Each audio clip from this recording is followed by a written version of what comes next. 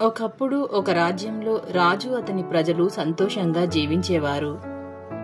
ఇలా ఉన్న రాజ్యంలో ఒకరోజు ఒక రాక్షసి వచ్చి రాజ్యంలో ఉన్న ప్రజలను చంపుతూ గ్రామాలను ధ్వంసం చేస్తూ ప్రజలను భయపెట్టేది. రాజు ఎంతో ప్రయత్నించినా ఆ రాక్షసిని అడ్డుకోలేకపోయాడు. అప్పుడు రాజు తన రాజ్యంలోని గ్రామాల్లో ఒక ప్రకటన జారీ చేశాడు. ఆ రాక్షసిని చంపిన వారికి తన కుమార్తెని ఇంకా సగం రాజ్యాన్ని ఇస్తాను అన్నాడు. చాలా మంది యోధులు ప్రయత్నించారు, కానీ ఎవ్వరూ విజయవంతం కాలేకపోయారు. అందరూ భయంతో వెనక్కి తగ్గిపోయారు. ఈ విషయం తెలుసుకున్న ఆ రాజ్యంలోని సురేష్ అనే ఒక యువకుడు రాక్షసిని నేను చంపేస్తాను అని రాజుతో అన్నాడు. సురేష్ ధైర్యవంతుడు, తెలివైనవాడు. రాజు సురేష్ను చూసి ఆశ్చర్యపోయాడు. నీవు ఓ సామాన్యమైన వ్యక్తివి, ఈ రాక్షసితో పోట్లాడగలవా అని అడిగాడు.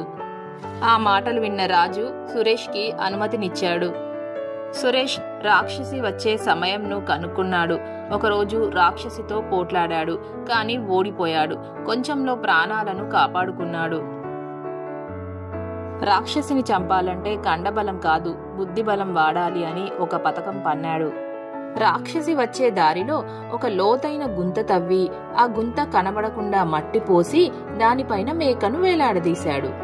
అప్పుడు ఆ రాక్షసి పరిగెత్తుకుంటూ మేకను తినడానికి వస్తుంది. గుంత కనబడకుండా పలుచగా మట్టి వేయడంతో ఆ రాక్షసి మేక డబాలున ఆ గుంతలో పడిపోతాయి. వెంటనే సురేష్ వచ్చి ఆ గుంతను మట్టితో నింపివేస్తాడు. రాక్షసి బయటికి రాలేక చచ్చి ఊరుకుంటుంది. రాజు మాట ఇచ్చిన ప్రకారం సురేష్కి తన కూతుర్ని రాజ్యంలోని సగభాగాన్ని ఇస్తాడు.